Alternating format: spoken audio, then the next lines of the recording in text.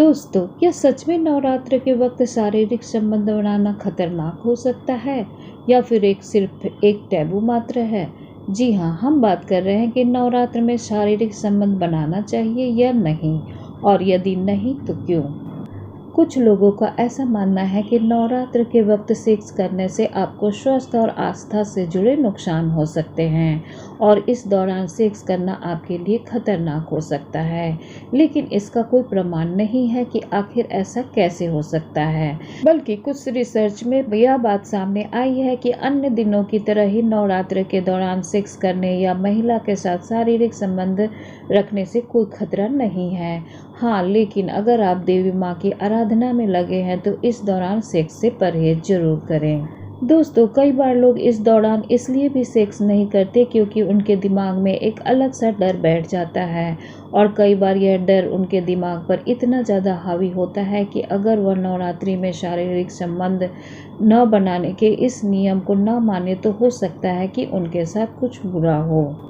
दोस्तों, नवरात्रि में स्त्री और पुरुष को सेक्स करने की मनाही क्यों है? नवरात्रि हिंदू धर्म का एक पवित्र धर्म है। इस दौरान माँ दुर्गा की आराधना की जाती है। यह संस्कृत का एक शब्द है जिसका अर्थ है नवरात्रि। नवरात्रि के 9 दिनों दुर्गा के अलग अलग स्वरूपों की पूजा की जाती है और अच्छे स्वास्थ्य और सुख समृद्धि की कामना की जाती है। इसके साथ ही नवरात्रि में उपवास रखने से भी शरीर का शुद्धिकरण हो जाता है और बॉडी में ब्लड सर्कुलेशन भी बेहतर तरीके से होता है। पूरे देश में बहुत से लोग नवरात्रि का व्रत रखते हैं और इसे फलदायी बनाते हैं। हालांकि कुछ लोग नवरात्रि को सामान्य दिनों की तरह ही मानते हैं और बाकी के दिनों की तरह ही नवरात्रि में भी सेक्स करते हैं, लेकिन क्या यह उचित है? इस वीडियो में हम आपको बताने जा रहे हैं कि नवरात्रियों के दौरान सेक्स क्यों नहीं करना चाहिए और इन दिनों हमें क्या करना चाहिए और क्या नहीं करना चाहिए। आइए जानते हैं इस वीडियो में। तो कोई भी धार्मिक दिन होने पर लोग उस दिन एक अलग नियम का पालन करते हैं। वही लव मेकिंग या सेक्स करने के संवेदनशील विषय पर भी इस पर लागू होता है। क्या आप नवरात्रों के दौरान सेक्स कर सकते हैं या आपको इससे परहेज करना चाहिए? क्या शास्त्र इसके बारे में कुछ कहते हैं या यह हमारा अपना मन है जो सेक्स को माया के रूप में दर्शाता है? दोस्तों, नवरात्रि के समय अगर आप थोड़े वक्त के लिए ही अपने पार्टनर से शारीरिक दूरी बना लेते हैं तो हो सकता है आप दोनों के बीच प्यार और लगाव बढ़ जाए। कुछ लोग कहते हैं कि कुछ दिनों तक एक दूसरे से अलग रहना प्यार और यौन ऊर्जा को बढ़ाता है। इसलिए वास्तव में नवरात्रि के इन 9 दिनों में शारीरिक संबंध में अंतराल देने से आपको इस ऊर्जा का बेहतर उपयोग करने में मदद मिलती है। एक साधक का कहना है कि नवरात्रि का सेक्स से कोई लेना देना नहीं है, लेकिन अगर आप इन दिनों में सेक्स नहीं करने का फैसला करते हैं तो आप इसे एक ब्रेक के रूप में देख सकते हैं। वह आगे इस बात को कहते हैं कि इस तरह के ब्रेक से आपसी जुनून को बढ़ने में मदद मिलेगी। यहाँ तक कि वो अपनी बात कहने के लिए उर्दू शायरी का भी इस्तेमाल करते हैं। जंग दूरी के बाद मोहब्बत का मजा ही कुछ और है। इसमें दूसरी बात आती है कि एक दूसरे का मन बन जाए तो बिल्कुल इंतजार ना करें। दोस्तों, बड़े बुजुर्गों का कहना है कि सेक्स मूल रूप से एक बेहद की शारीरिक ज़रूरत है, जैसे भूख और नींद। अगर आप दोनों को सेक्स करने का मन करता है तो इसे करें, लेकिन प्यार करने के बाद किसी भी दोषी भावना को विकसित न करें।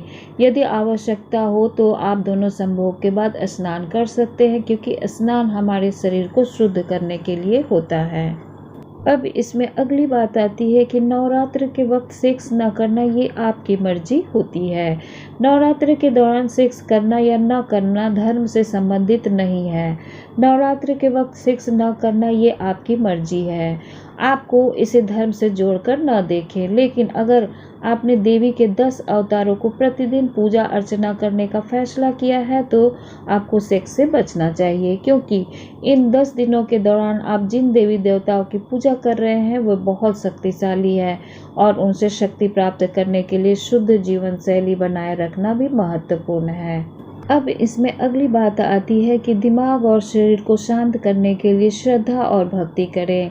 नवरात्रि उपवास के साथ जुड़ा हुआ है, वो मुख्य रूप से क्योंकि यह एक अवधि के रूप में देखा जाता है जब कोई भोजन से दूर रहकर प्रार्थना, आत्मनिरीक्षण जैसे काम कर परमात्मा पर ध्यान केंद्रित कर सकता है।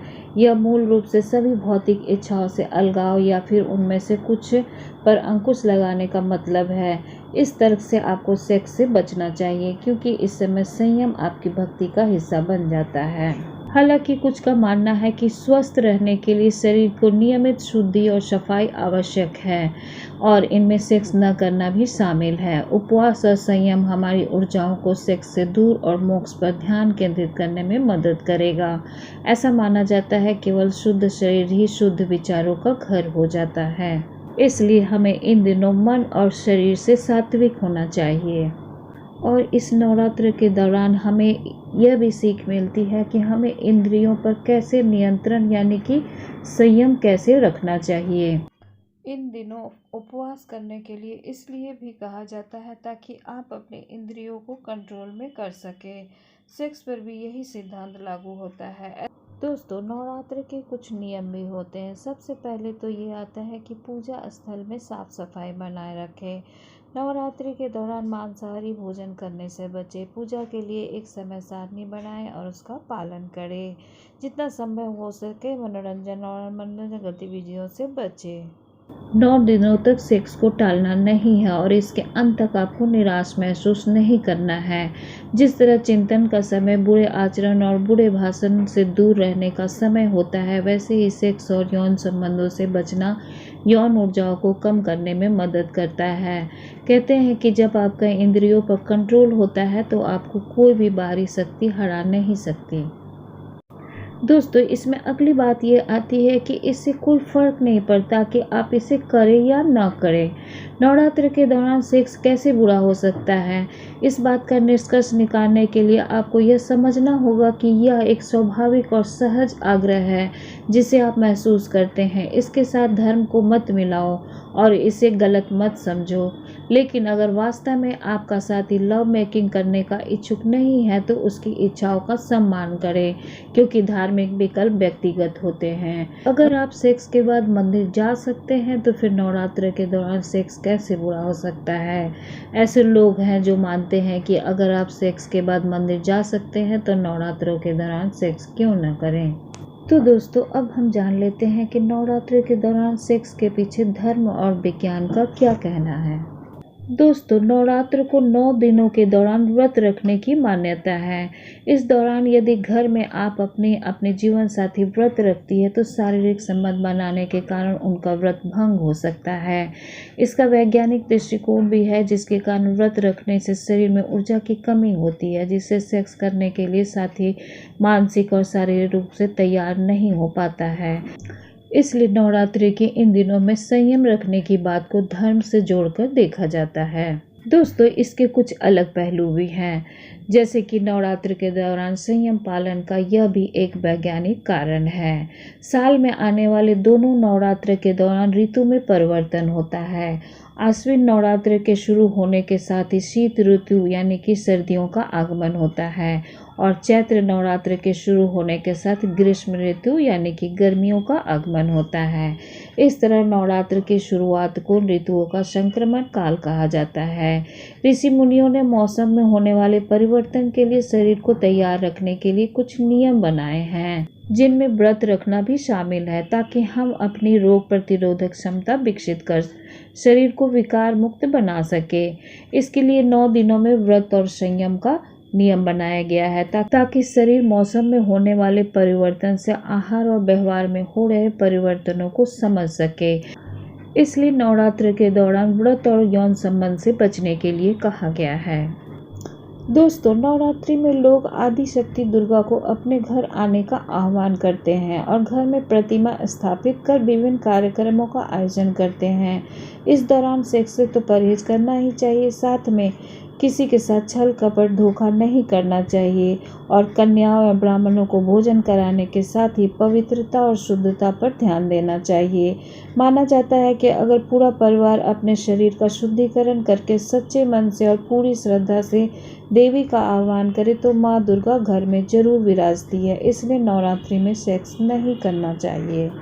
तो दोस्तों, इन कंक्लूज़न, नवरात्रि के दौरान सेक्स करने से आपको अगर खुशी मिलती है तो इससे परहेज क्यों? तो ये निर्णय मैं अपने दर्शकों पर छोड़ती हूँ। आई होप आपकी उलझन दूर करने में मैं सफल रही हूँ। वीडियो अच्छी लगे तो एक लाइक ज़रूर करें और इसी तरह की जानकारी से भरपूर वीडियोज़ के लिए मेरे चैनल को सब्सक्राइब कर लें और बेल आइकन को प्रेस करके ऑल पर प्रेस कर दें ताकि लेटेस्ट वीडियो की अपडेट आप तक पहुँचती रहे। धन्यवाद। Take care. Bye bye.